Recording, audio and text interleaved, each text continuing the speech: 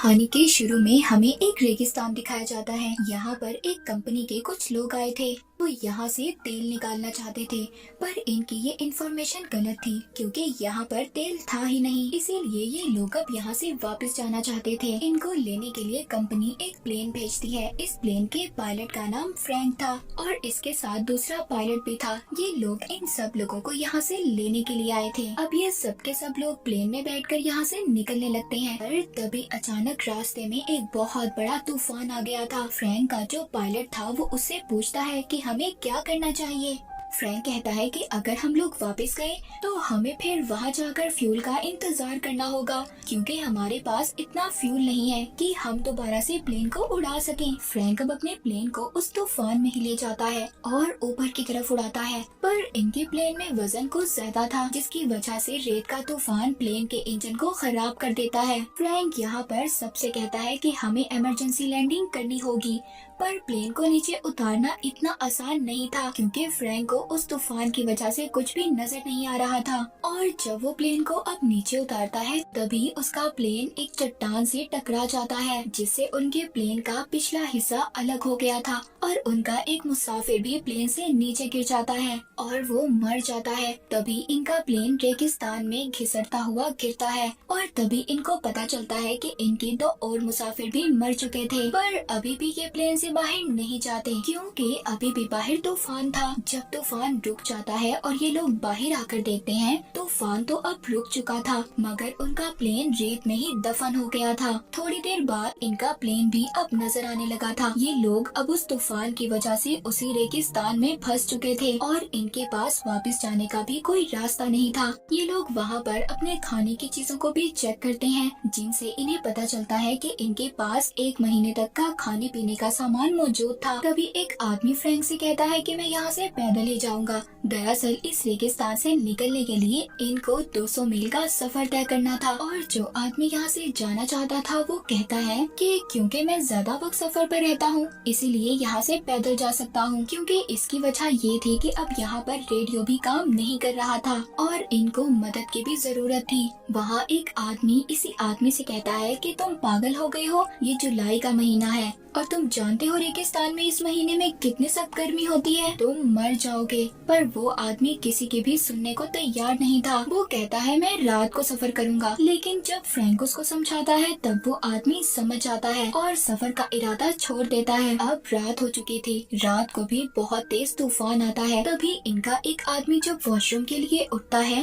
तो वो उस तूफान की वजह से नीचे गिर गया था। वो आवाज भी लगाता है, चीखता है मदद के लिए, पर कोई भी नहीं सुनता। सुबह जब सब उठते हैं तो देखते हैं इनका एक साथी गायब था। ये सब लोग उसको ढूंढते हैं पर उस आदमी का तो कहीं पर नामो निशान तक नहीं था क्योंकि वो रेत में ही दफन हो चुका था। पर तभी इनके ग्रुप में से एक लड़की फ्रैंक के पास जाती है और उससे पूछती है क्या हमें यहाँ पर कोई बचाने नहीं आएगा, इसके कितने % चांसेस हैं कि कोई हमें यहाँ पर बचाने आ जाए। फ्रैंक उससे कहता है कि हम रेगिस्तान के बिल्कुल दरमियान में हैं और मुझे नहीं लगता कि कभी हमारी इस लोकेशन का किसी को पता चलेगा क्योंकि रेडियो के सिग्नल्स भी बंद हैं। और कहता है हमारे पास खाने की सप्लाई भी बहुत कम है। अगर हमने खुद चलना शुरू किया, पैदल सफर किया तो हमारा ये खाना 2 दिन में ही खत्म हो जाएगा। मैं तो यहाँ पर बस इंतजार ही कर सकता हूँ। यहाँ पर सभी लोगों की उम्मीदें टूटने लगी थी कि इनको यहाँ पर बचाने के लिए कोई भी नहीं आएगा। तभी इन्हीं के ग्रुप में से 2 लोग ये फैसला करते हैं कि ये यहाँ से जाएंगे और वो वहाँ से अपने साथ पानी भी ले जाना चाहते थे। पर तभी फ्रैंक कहता है कि तुम लोग यहाँ से पानी लेकर नहीं जा सकते और अब पानी को लेकर इनके दरमियान में लड़ाई शुरू हो जाती है जिसकी वजह से सारा पानी नीचे गिर जाता है।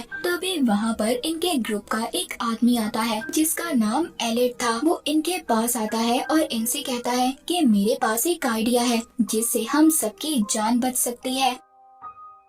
वो कहता है कि हम इस अपने टूटे हुए प्लेन से एक नया प्लेन बना सकते हैं। फ्रैंक कहता है तुम प्लेन के बारे में क्या जानते हो। वो कहता है मैं प्लेन्स डिजाइन किया करता था। दरअसल यहाँ पर एलिट के बारे में कोई भी नहीं जानता था कि वो कौन है और कहाँ से आया है क्योंकि वो इस कंपनी में अभी अभी नया आया था और इसको इनके साथ काम करते हुए थोड़ा ही टाइम हुआ था। सब एलिट के बारे में जानकर काफी हैरान थे। वो कहते हैं ठीक है हम सब तुम्हारा साथ देंगे, पर फ्रैंक इस बात पर तैयार नहीं था क्योंकि क्योंकि वो जानता था कि ऐसा कुछ भी नहीं हो सकता। अब जब सुबह होती है तो इनमें से एक और आदमी गायब था। इनके ग्रुप में जो लड़की थी वो कहती है कि मैं जाऊंगी उसको ढूंढने के लिए, पर फ्रैंक उस लड़की को रोकता है और कहता है रुक जाओ, मैं जाऊंगा उसको ढूंढने के लिए, और खुद चला जाता है। अब वो उस जगह पर पहुंच गया था जहां पर इनका प्लेन चट्टान से टकराया था और यहाँ पर इनका एक आदमी गिर भी गया था। उसकी लाश अभी भी वहीं पर पड़ी हुई थी, पर उसकी बॉडी पर कपड़े नहीं थे और गोलियों के निशान भी थे। तभी वहाँ पर एक और आदमी आता है और कहता है कि मुझे लगता है यहाँ पर लुटेरे आए होंगे जो इसके कपड़े और सब कुछ ले गए। फ्रैंक उस आदमी को यहाँ से जाने का कहता है, पर अब वो आदमी जो इन्हीं के ग्रुप का था फ्रैंक से पूछता है कि तुम प्लेन क्यों नहीं बनाने देना चाहते। वो कहता है मैं लोगों को झूठी उम्मीद क्यों दिलाऊं, क्योंकि मैं जानता हूँ कि प्लेन कभी भी नहीं बन सकता। वो आदमी कहता है देखो, लोगों को हम उम्मीद तो दिलवा सकते हैं, उम्मीद पर दुनिया कायम है। अब उस आदमी की बातें सुनने के बाद फ्रैंक प्लेन बनाने के लिए तैयार हो गया था। ये लोग अब उसी जगह आ जाते हैं जहाँ पर इनका बाकी ग्रुप भी था।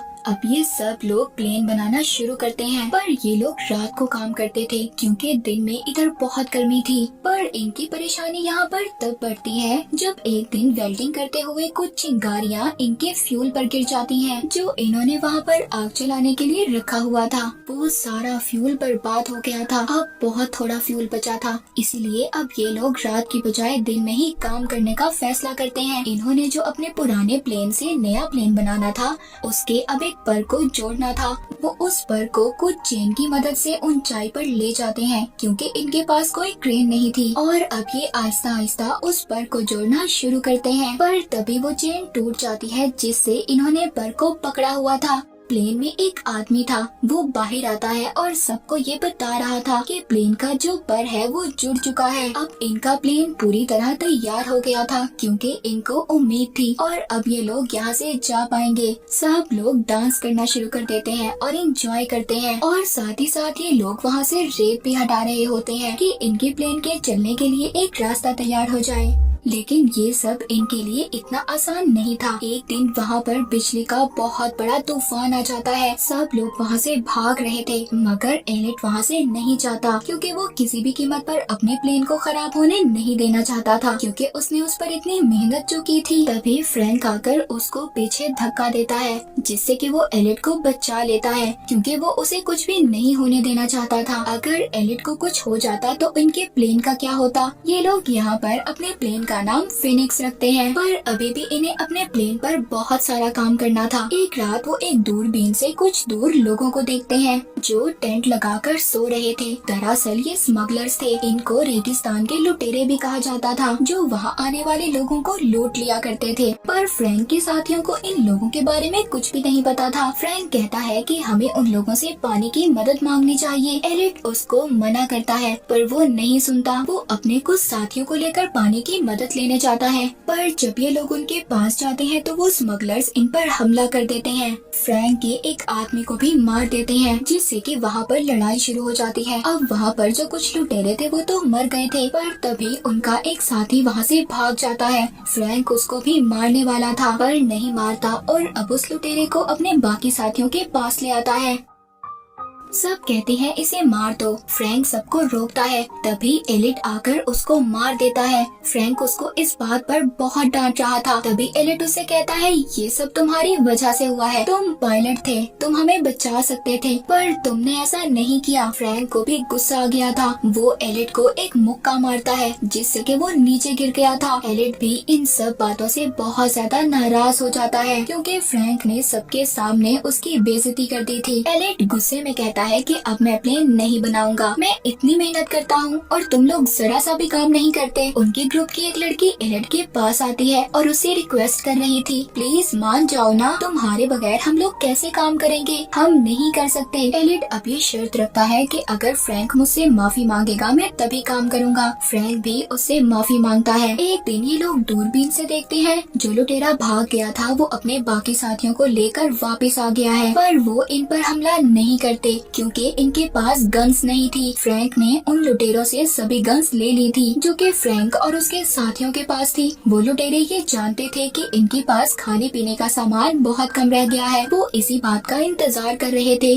कि जब इनके पास सब कुछ खत्म हो जाएगा ये लोग इन पर तब हमला करेंगे। उधर ये लोग भी अपने काम को जोरों शोर से कर रहे थे। एक दिन फ्रैंक को एक बुक मिलती है जिसमें प्लेन्स के मॉडल बने हुए थे। तभी इनको पता चलता है एलिट जो प्लेन्स के मॉडल्स बनाता था वो छोटे मोटे मॉडल्स हुआ करते थे। वो बच्चों के खिलौने प्लेन्स बनाता था पर वो प्लेन्स उड़ने वाले थे। सबको एलिट के बारे में पता चल गया था। एक आदमी को उस पर बहुत ज्यादा गुस्सा आता है। वो कहता है कि तुम कब से हमें बेवकूफ बना रहे थे, ये प्लेन कभी भी नहीं उड़ने वाला और न आज तक तुमने कोई इतना बड़ा प्लेन बनाया है। वो उसके सर पर गन रख लेता है पर एलिट उससे कहता है मेरा यकीन करो प्लेन उड़ेगा। फ्रैंक उस आदमी को रोकता है जिसने एलिट के सर पर गन रख ली थी। तभी वहाँ अचानक फिर से बहुत बड़ा तूफान आ गया था। इन लोगों ने जो प्लेन इतनी मेहनत से बनाया था वो आहिस्ता आहिस्ता हवा में उड़ना शुरू हो जाता है। ये लोग समझ गए थे कि ये प्लेन उड़ेगा।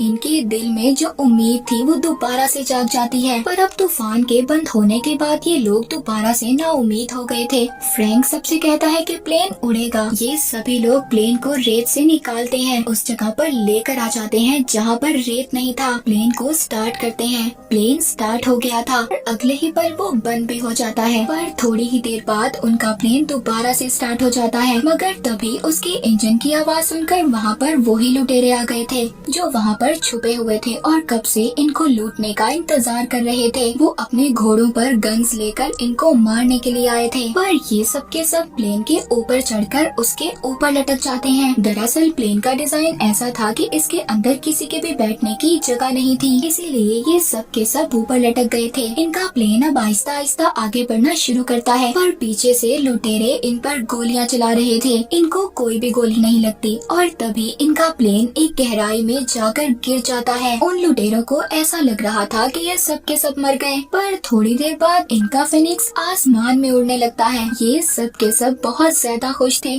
क्योंकि जो मेहनत ये लोग इतने हफ्तों से कर रहे थे ये उसमें कामयाब हो चुके थे और इस तरह ये लोग रेगिस्तान से बाहर आ गए थे। मूवी के आखिर में हमें लोगों की तस्वीरें दिखाई जाती हैं। ये सब के सब अपनी फैमिलीज तक पहुंच गए थे। फ्रैंक के बारे में ये बताया जाता है कि उसने अपनी एक एयरलाइन कंपनी खोल ली थी जिसका नाम उसने फिनिक्स रखा। और एलिट, इसको हम कैसे भूल सकते हैं, इसी की वजह से तो सब लोगों की जान बच पाई थी। इसकी तस्वीर न्यूज़पेपर में आती है जिस पर लिखा हुआ था नासा, यानी वो अब नासा में काम कर रहा था। इस तरह के सब हंसी खुशी जिंदगी गुजारते हैं और इसी के साथ ये मूवी यहीं पर खत्म हो जाती है।